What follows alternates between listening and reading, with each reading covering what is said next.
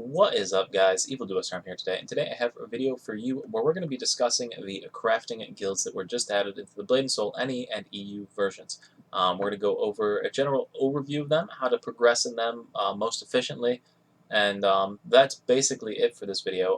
What we're going to do in other videos that are coming out further in the series is we're going to discuss each most profitable item for each of the guilds, how to make money with them, and generally make your character better. But like I said, first one is we're going to talk about how to progress in the guilds, how to level them up, and all of that basic stuff that you need to have a foundation. So to open up the guild menu, you press L. And if you are a new player, if you haven't had any guilds before, if you were in Mary Potter's, you're going to notice that you don't have anything in this menu, or it might not even open up. I've never actually tried, so I apologize.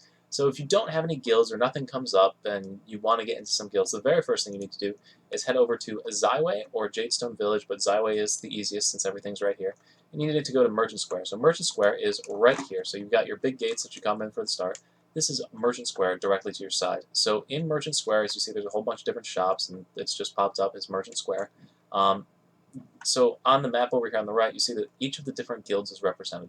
So you have the Forge Keepers, you have the Radiant Ring, you have the Acquired Taste, Earthseers, Soul Wardens, and the Silver Cauldron. So there are 6 guilds to choose from there. You have 6 options. Which guilds are the best is entirely dependent on what you need. Each guild has its own strengths and weaknesses, which I will get into in other videos where I discuss each guild in more detail, but this is just the general overview on how to advance and progress in them. So after you've selected which 2 guilds you're going to want to do, and if you are waiting for the video to come out, it might be a good idea if you don't really know or if you haven't decided. But if you do know which ones you wanted, that is how you sign up for them. So back to the L menu, after you've picked 2 guilds, they're both going to be right here on the menu. I'll scroll this over just so it's more central on the screen. So you see I've selected the Forge Keepers and Radiant Ring. This is a pretty decent combo for progressing a character. Anyway, so the Forge Keepers and Radiant Ring will both have a little 1 located underneath it. So right now 1 is 2, my Radiant Ring is 2, and the Forge Keepers is 3. So how do you progress this guild? How do you start getting materials? How do you start doing everything?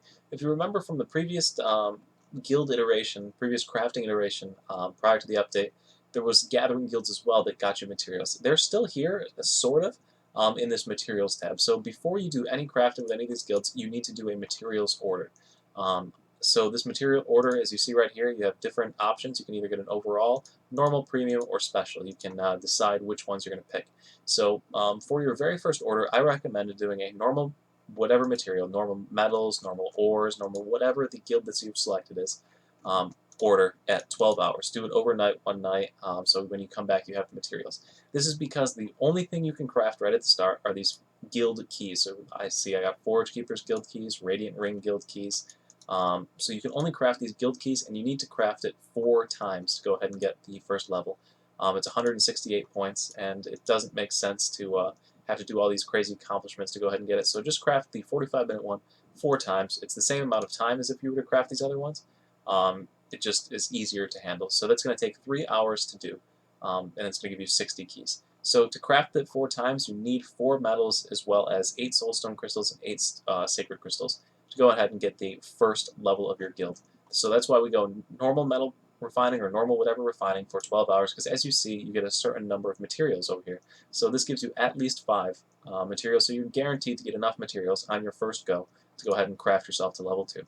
Okay, so you've gotten to level 2 now. You've made your 4 sets of keys. You have 60 keys in your inventory. How do you go ahead and get further up and progress further? So what you've got to do is you've got to get these things called Artisanal Material Chests. So they're actually in the trove, so I can go ahead and click on it and show you.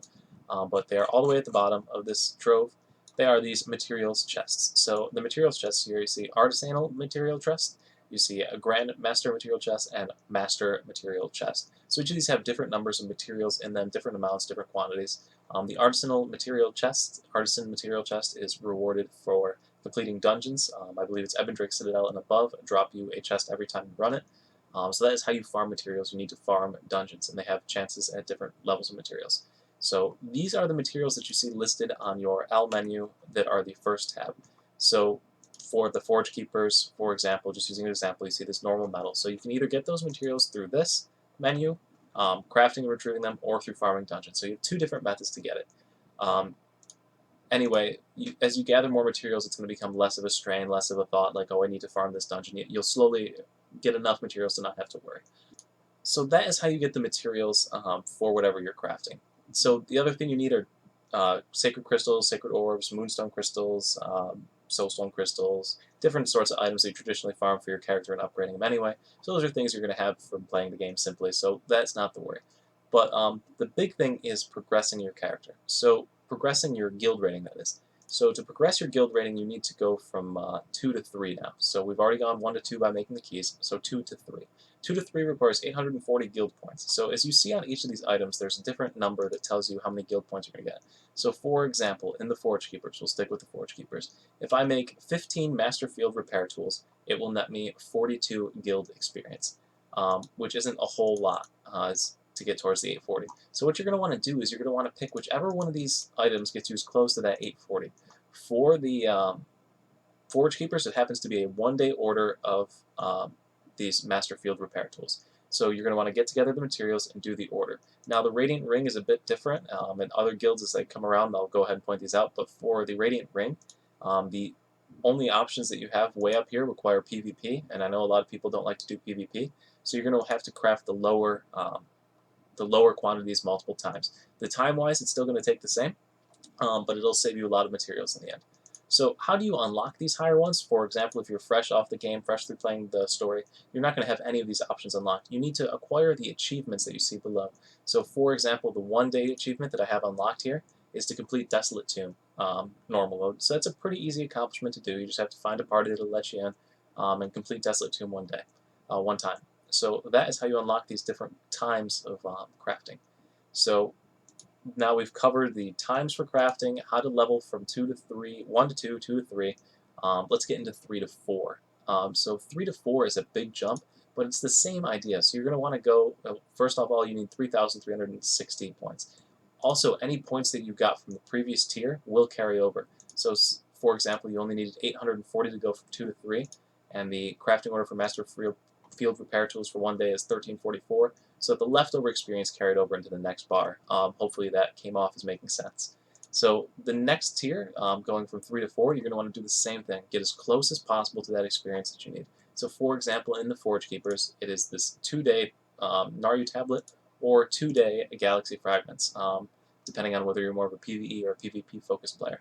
We're only sticking in this normal tab. We're going to get into the trade tab here in a second, but it's not as profitable or smart to do it through the trade tab. This is a lot more efficient to go through the normal tab for leveling the guild.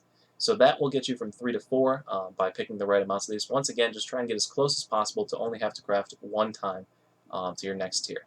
So now let's say you've gotten up to tier 4. You're going to start unlocking profitable items in the trade tab, which I'll go through each different guild's trade tab in more detail when I go through each more specifically. But for generally speaking, the trade tab is how you make money off of your guild. So you're going to craft items the same way, gathering the materials, getting the materials the same way I've already outlined, and then using those materials to craft these items. So all tradable items also use a new different element. It is called a rare element.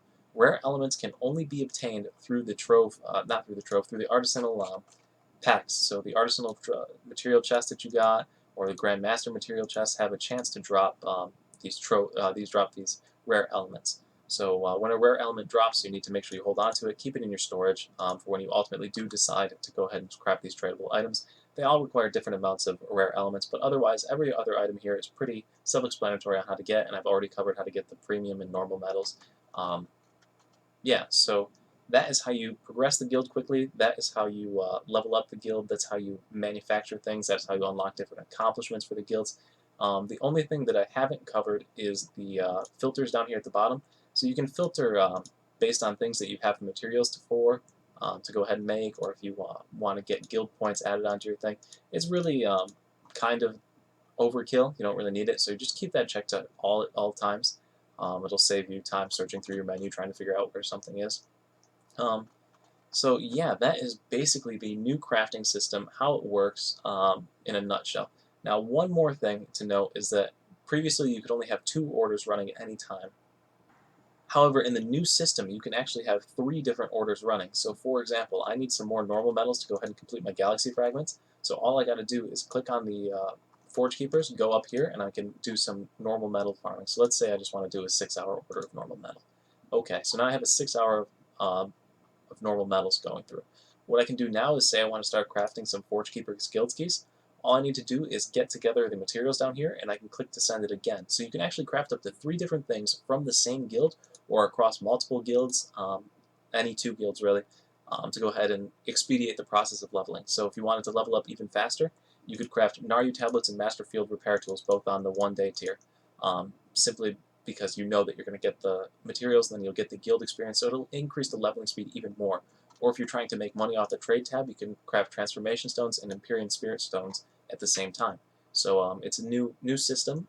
It allows you to make more items and make more money from the crafting system. So anyway, guys, I hope you found this video useful. If you did, please make sure you leave a like and check out the other stuff on the channel. Once again, I will be going through all of the different guilds more in depth to cover different things that are more profitable for them or faster tips for them to leveling up. So I'll put this all into one big playlist and I'll put it on the channel so you can go ahead and make sure you stay updated for updates there. And yeah, thank you for watching. I'll see you at the next video. Peace.